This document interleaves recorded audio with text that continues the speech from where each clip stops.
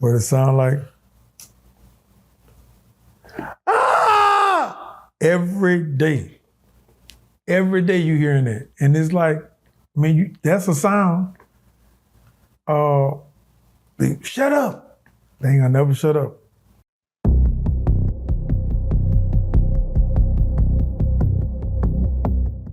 Prison Stories 101. Just like that, we are right back, man. We got him in the building, man. T-Winn, man. How's it going? Oh, man, it's going beautifully. Definitely. First and foremost, I always like to have you reintroduce yourself. Let them know where you're from and how much time you served. I'm T-Winn. I'm from Shreveport, the Cooper Road. I served 30 years and 7 months from the age of 16 to the age of 46. You know, whenever we have someone, again, you kind of one of the guys, you and Mandigo, as far as kicked off this whole Prison Stories thing a while back, and then you came back and did another interview, which actually touched a lot of people. Have you gotten any feedback from that interview in regards to just people from where you from around, just moving around? Have you got any feedback on that one? I got some. I mean, as a matter of fact, coming to the studio, I got one of my homegirls he been like, man, you did a great job on the interview. I'm just looking at it. You know, it's been people from a lot of different areas that saw it. Like, there's a woman named Heather in Houston. Yeah. She screenshot and sent, let me know that her and her husband was looking at it. So it's been getting a lot of people been looking at it. That's real. Anything that you said in that last interview that either touched anybody, made them, double back and tell you like, man, when you was talking about this or that, anything that they couldn't believe that you said that was like, nah, that's just wild. They didn't give me specifics, but like Treasure was just saying, my story's gonna help a lot of kids. Yeah. And she was saying she was laughing about me talking about the girls in the corners and stuff. I think a lot of people found that humorous. Biggest facts. All right. Well, with that being said, what I want to do with this conversation is I want to go a little deeper as far as, you survived one of America's bloodiest prison. And as we go into it a little further, I want to ask you as far as what skill or skills do you feel that you had that helped you or allowed you to survive that time frame? And if any of those skills, did you have to learn them or, grow to nurture them to be able to survive for that long? I think I had the skill, a fighting skill, or just coming up in the environment that I came up in. I had to know how to fight, and I had the skill of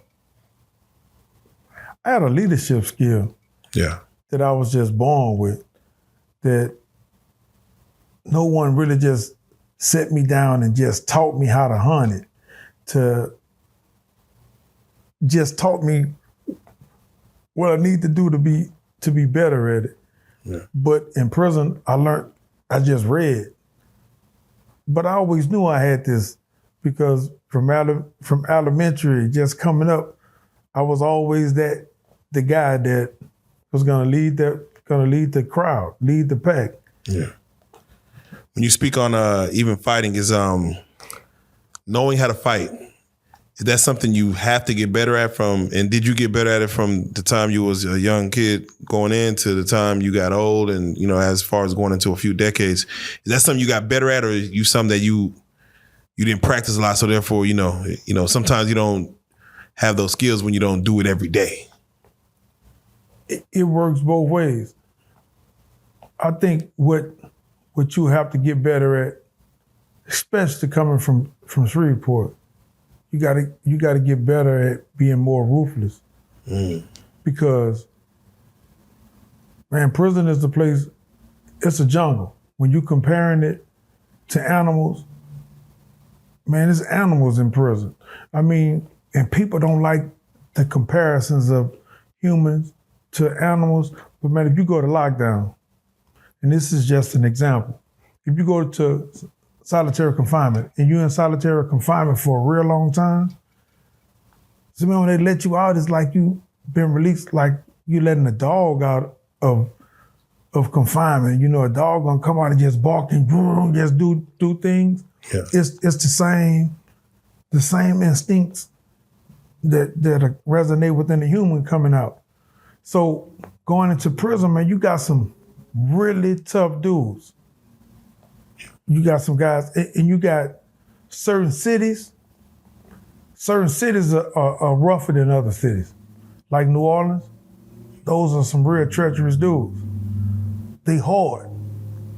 So when you going into battle with one of them, it's like you battling for your life because they trying to take your life. And so if you coming with a softness, you got to lose that because it ain't nothing finna be soft. The boys in Baton Rouge tough like that too. So you got to take your easiness. You got to leave that at the gate. You got to go in there and be really, really tough, man. Damn. So, can you not have compassion while you're in there? You have to kill that. If compassion is if that's a trait that you have to leave that at the door. Yeah, most times you got to leave it at the door because prison ain't for soft dudes. And dudes in an era. So, like in the era I went there, if you was a compassionate dude, 9 times out of 10, you was gonna be a dude that a dude was gonna get. And when I mean get, you wasn't gonna be scraped. Like you walked into that scrape, I'm gonna say 6 times out of 10, you was probably not gonna walk back out of that scrape. Because you got to leave that nice stuff to the side. So that was like me going in there at 17, I'm going into an abnormal situation. I'm not going into a situation where I'm in society and I can do things this way, man. You got to go in there. You got to, like if a dude just growl at you, man, you got to attack him. You can't let nothing go. And it was sad that it was like that, but that's how it was. You could not let anything slide. You had to do everything, and everything had to be the example. And the way you started, it was the way you was gonna lead. It was the way you was gonna leave it.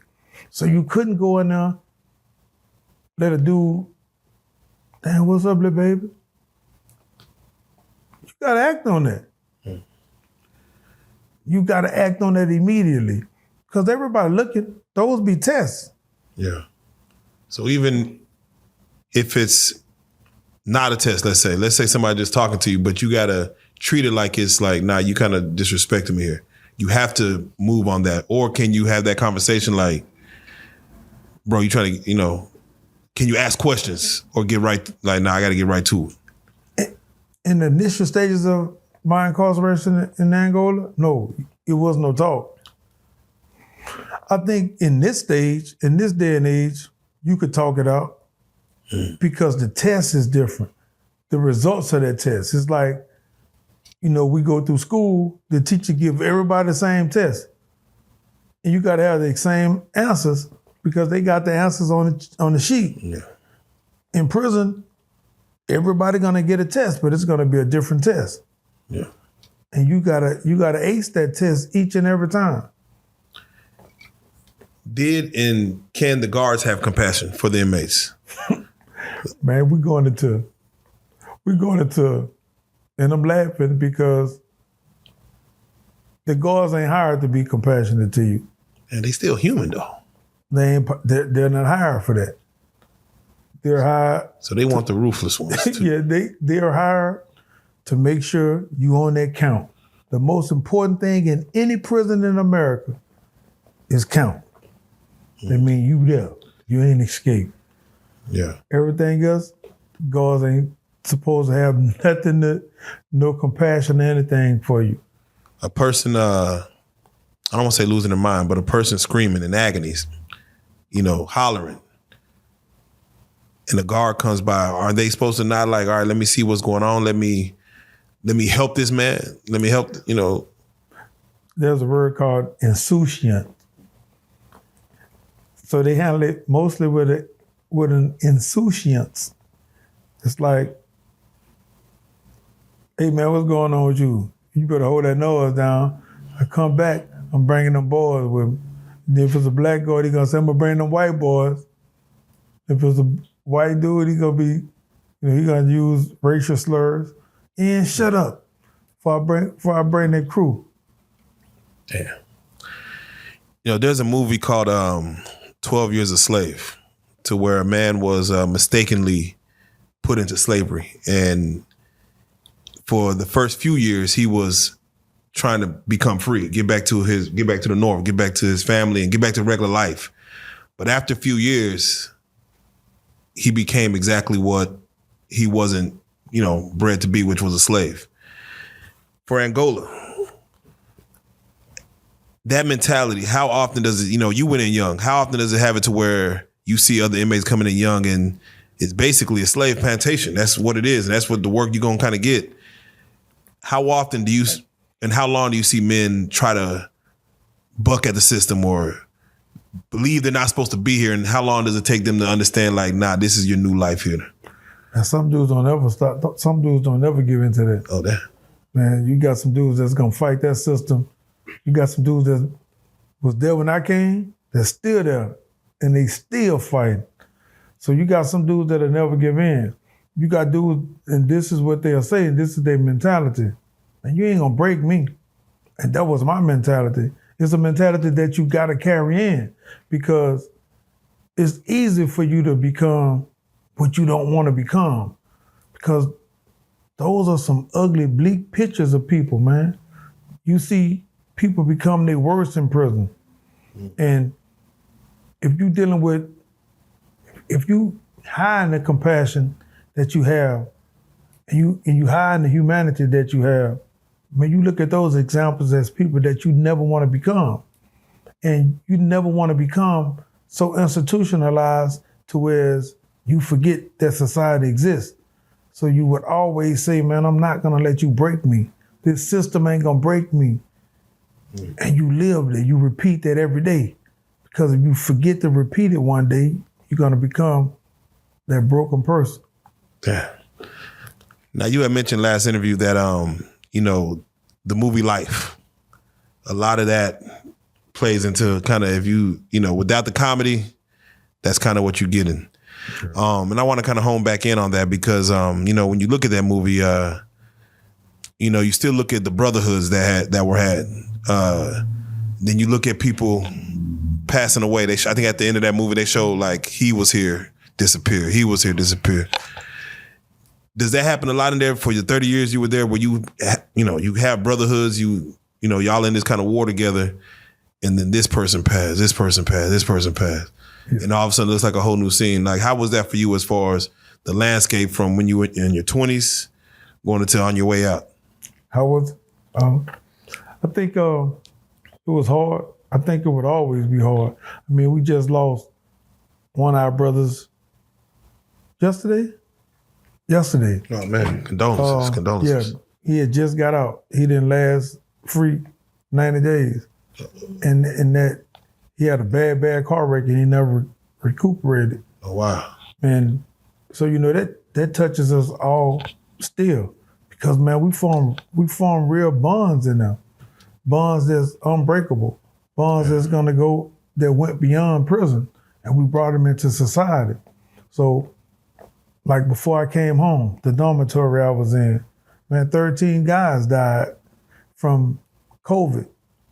And that affects you. It affects you, and it makes you, you turn your anger towards where it's meant to be turned, because man, this man-made. Oh man. This ain't us. This our own people turning this against us and making us, we dying because of a disease so that you can get total control of Earth, of America rather. Right.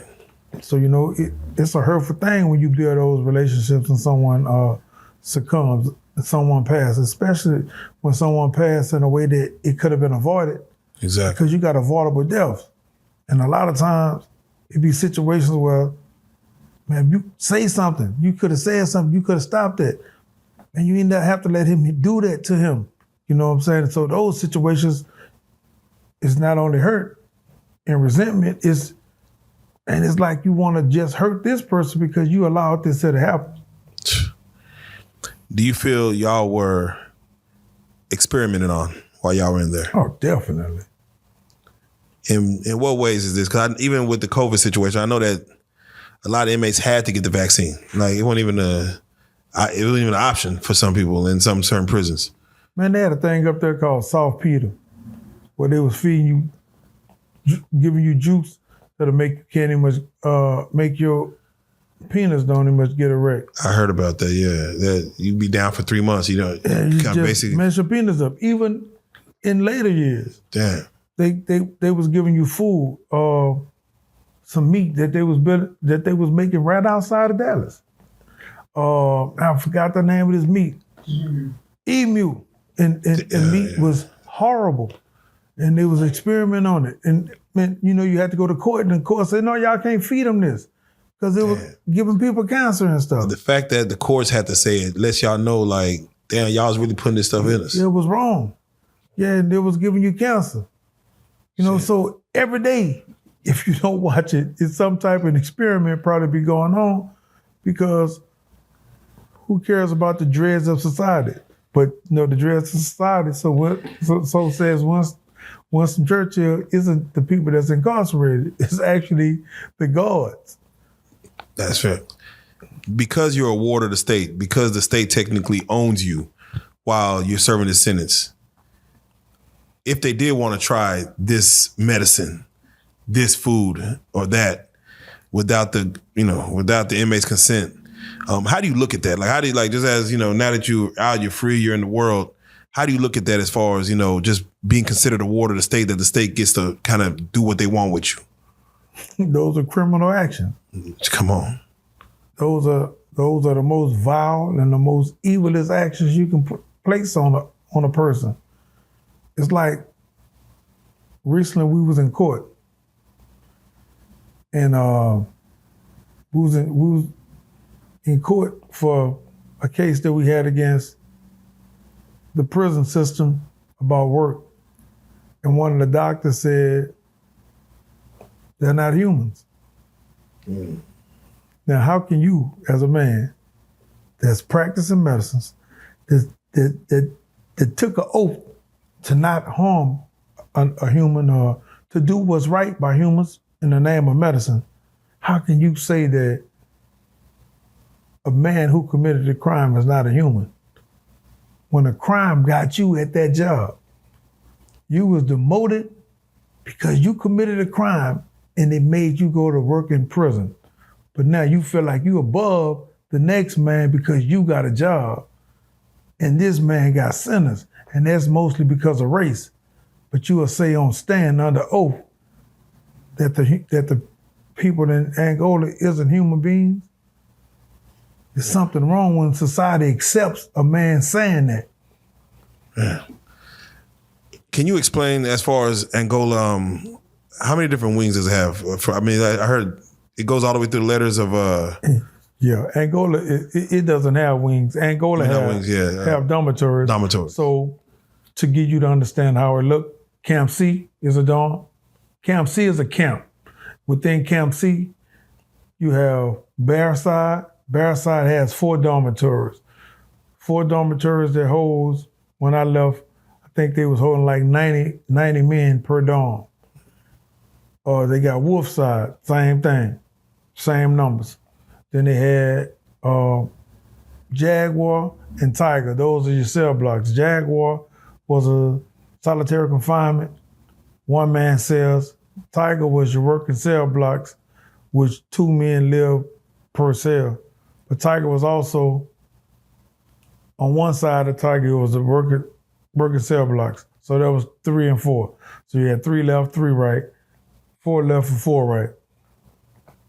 13 cells per tier, 2 mans per cell. On the other side is the dungeon on one left and one right. So one left got 2-man cells, one right got 1-man cells, but one right is a boot tier.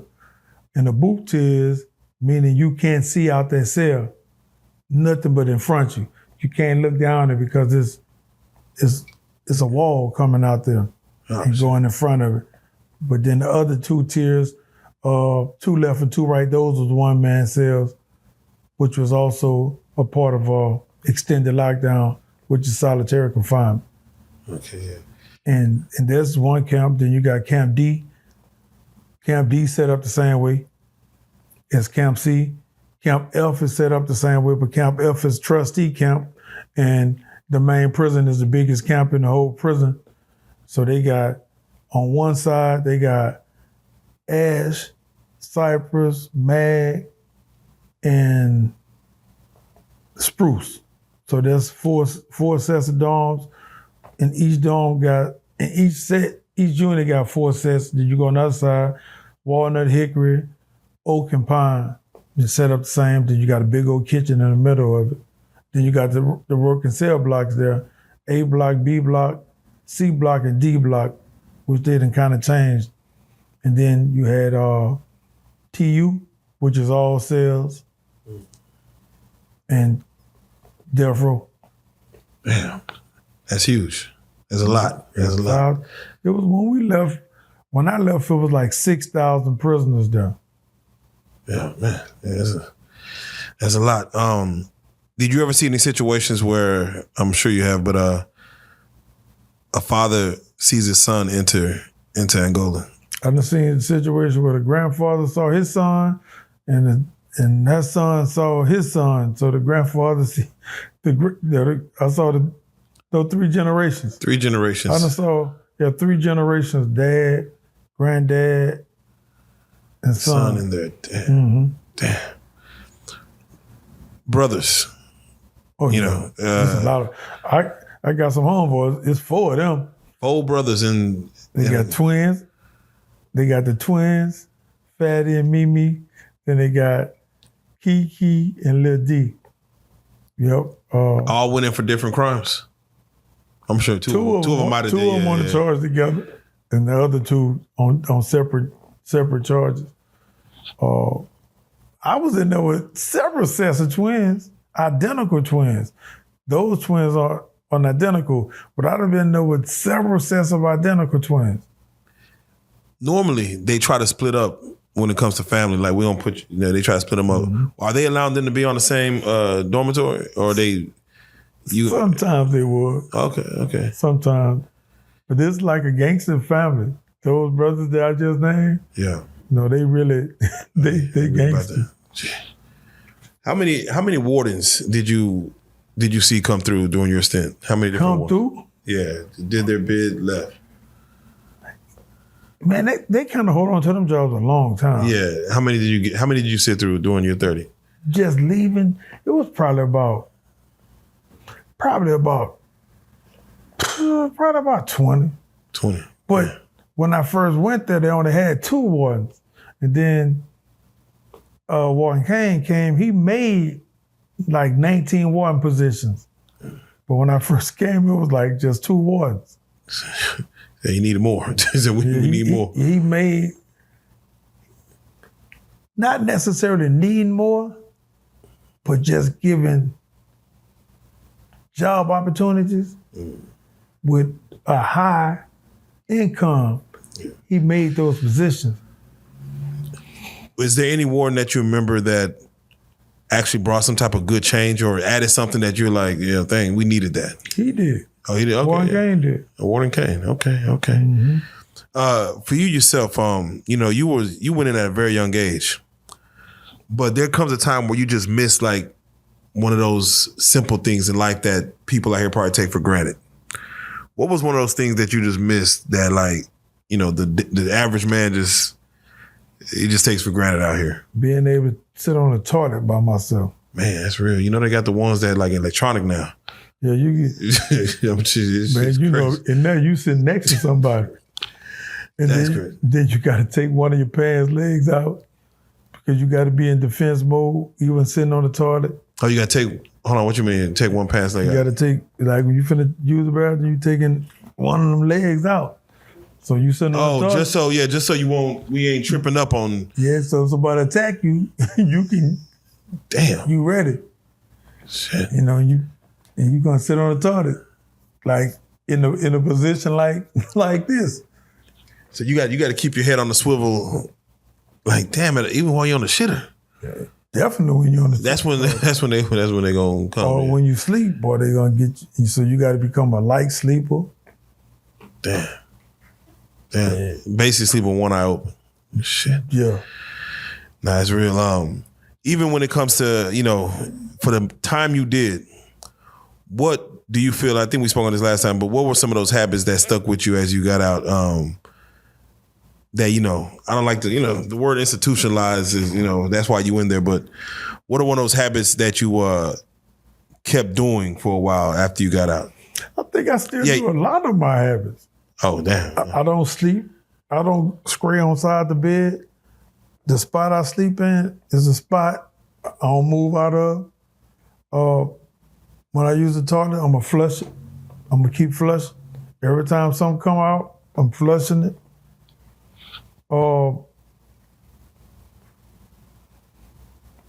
Yeah, no, that's you pick up the habit of always cleaning your toilet. Yeah. Because in prison, in the cells, your face gonna go in that toilet. Yeah. At some point, your face going in that toilet. Oh, what you mean? That means if they come down and spray that mace. Oh, I see what you mean. It takes the air out. It takes the oxygen out there. So you're gonna put your face in that toilet and keep flushing so you can breathe. Damn. And then you gotta take baths in that toilet because it be so hot. Like you was just asking about the air. Man, it be so hot. Man, people die in themselves because it be so hot. Yeah. So you're gonna have to use that toilet water to lay in so you can be comfortable enough to lay, so you won't be sweating so much.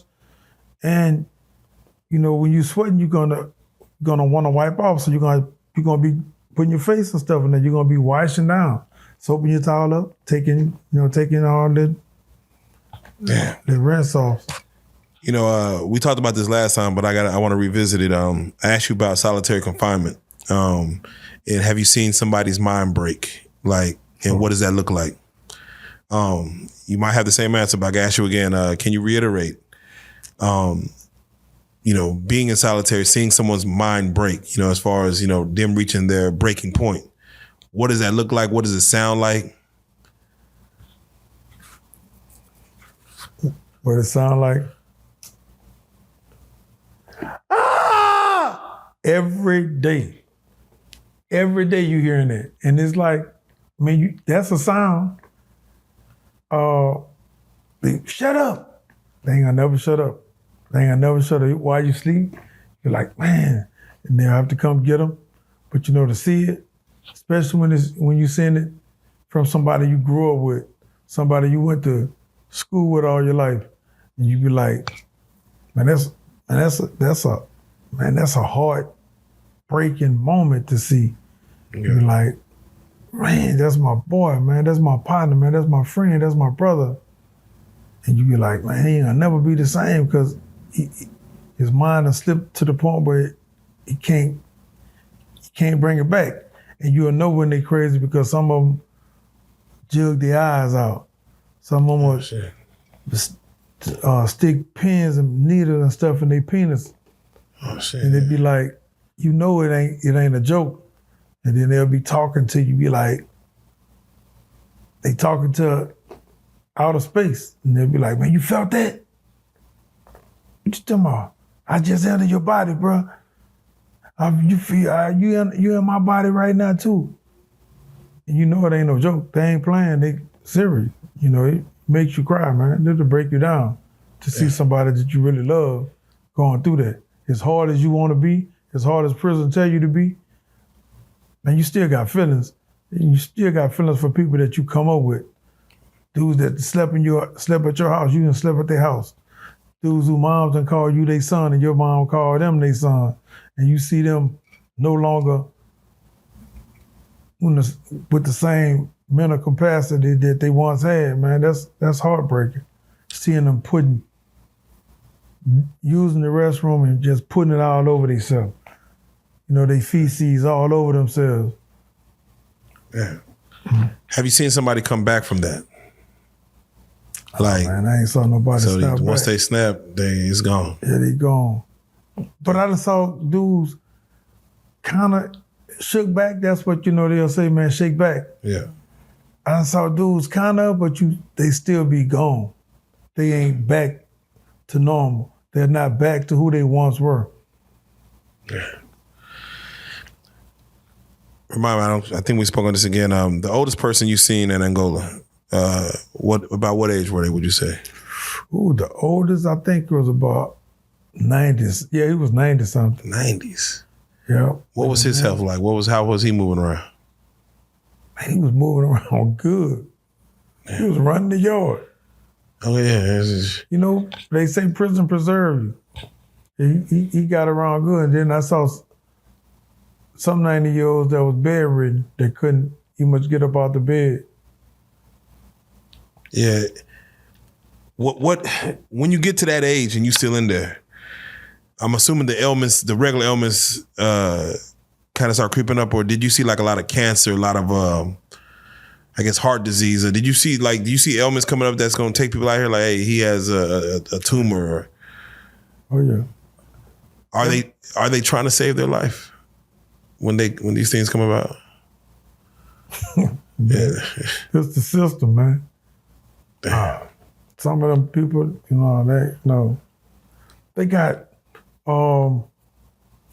they got these clauses, just like they have in society also, where no resuscitations. Yeah. They got those type of clauses.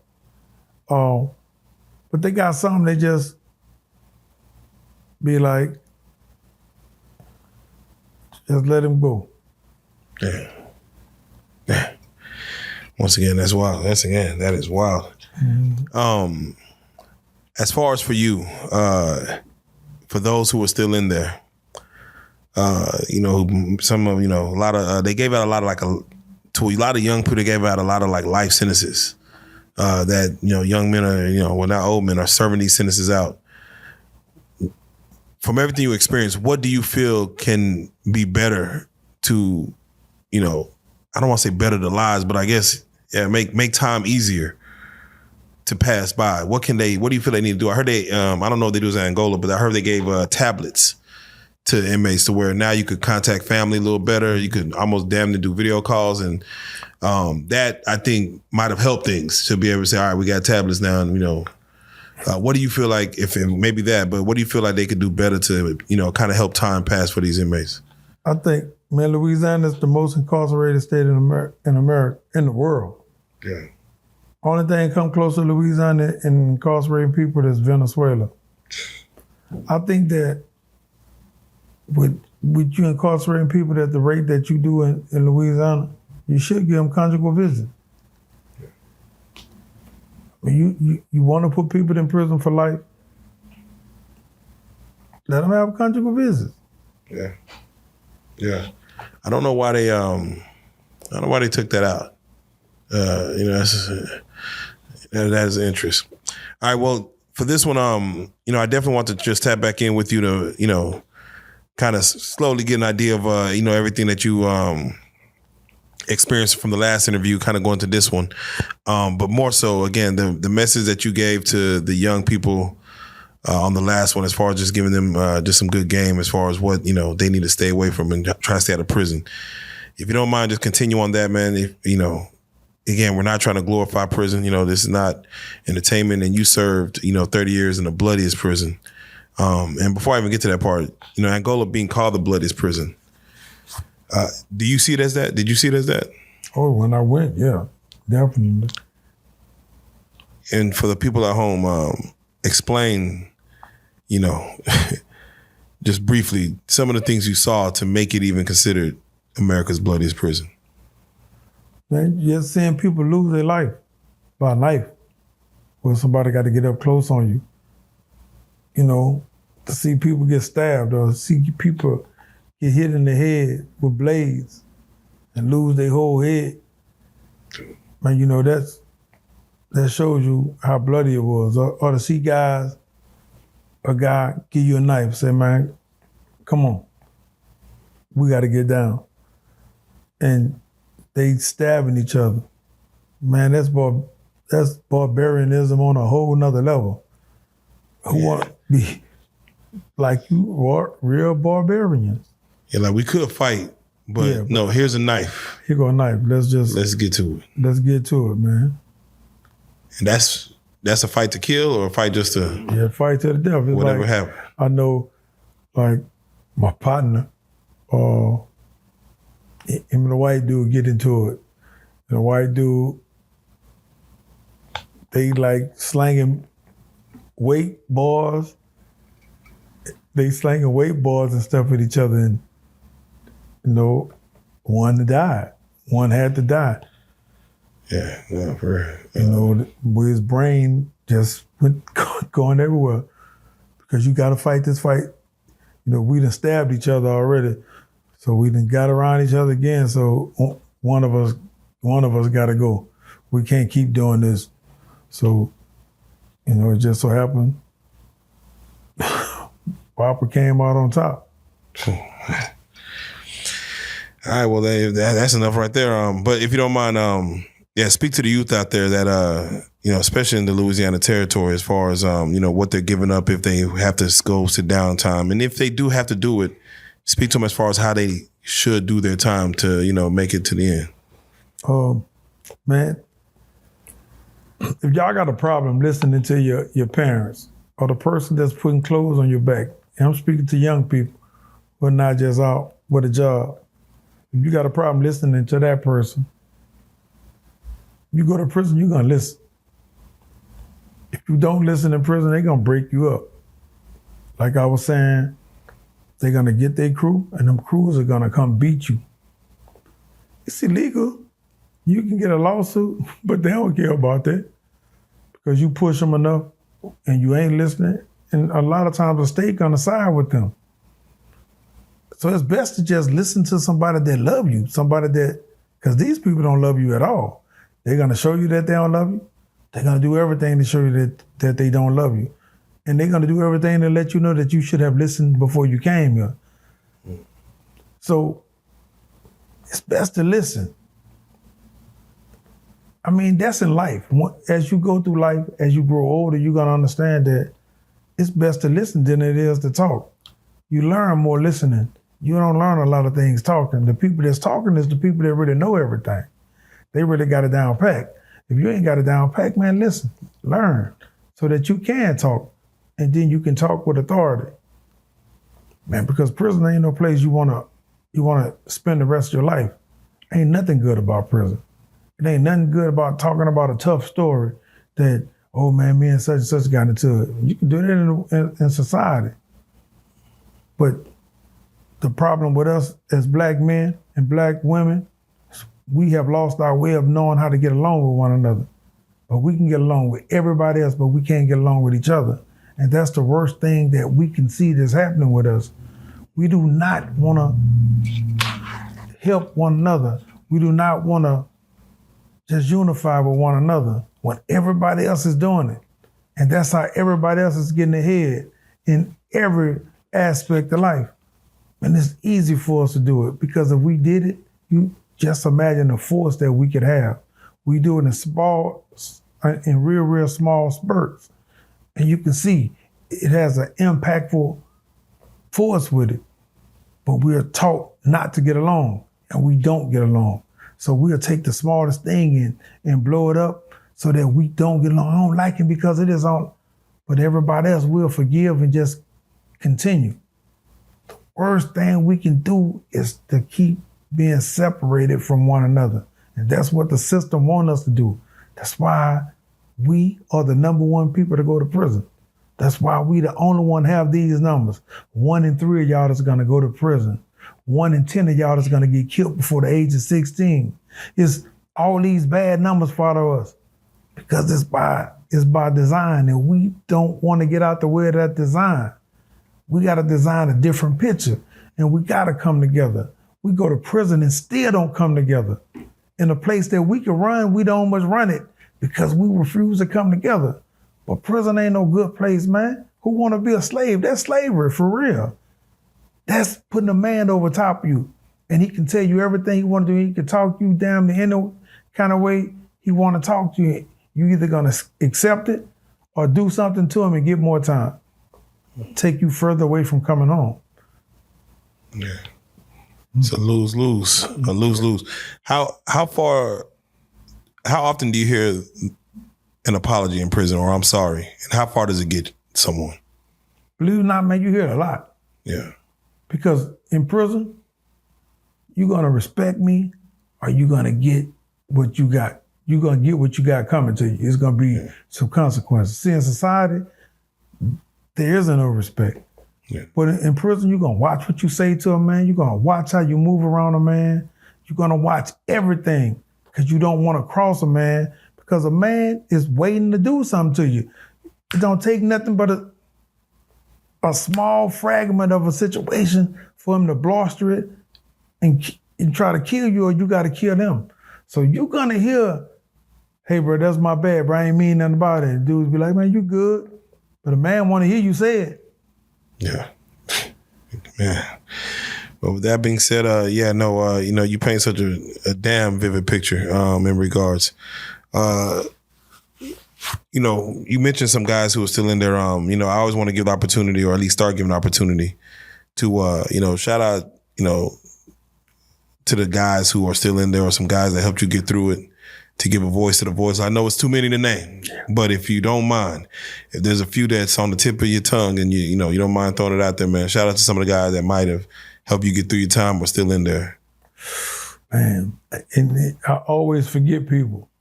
But, man, I want to say, Prince Robinson, man, I pray that you get well, man. He had a stroke. Prentice did 54 years from Shreveport. And he should be home. Yeah. I'd like to say, shout out Bird's son, Brock, G. Wayne, D. Mims, Doodoo, Andy Boat, 300, Chevy, both of the Bulls, Boo from the Cook Road, Boo from Cedar Grove, Big G, O-Dog. I'm just trying to think of people. Freddy Krueger. Yeah. Ra-Ra. Roach. Yeah. GQ. Tony Boo. Kim. Oh man, so many people. I'm just trying to think. We got people out in our parish prison that, these are people I'm just speaking about in prison. I mean, there's a lot of names and I just be forgetting. And don't think that I'm forgetting y'all. This is just that I'm on the time. Yeah. And I apologize for not calling your name. But I'm gonna call your name at some point. And probably I'll call your name as you coming out those gates or something, man, so that I won't have to be shouting you out. Were you shocked and, probably the most shocking of any inmate that came in that you was like from back home that you were like, wait a minute, like, you're not supposed to be here? Roach. Roach shouldn't have never been in prison. Roach is a teacher's son. Wow. We just did a documentary about him. But Roach is one of those guys that shouldn't have been in prison. I got to shout out Jerry Brown also. Man. Earl Victor. Man, this is a brother that shouldn't even don't much have a charge. He's in prison. He's what you call a hostage in prison. And he's kind of like, he should be the face of the non-unanimous jury verdicts. Non-unanimous jury verdicts means that you didn't have a unanimous jury verdict to find you guilty of a charge by the Constitution.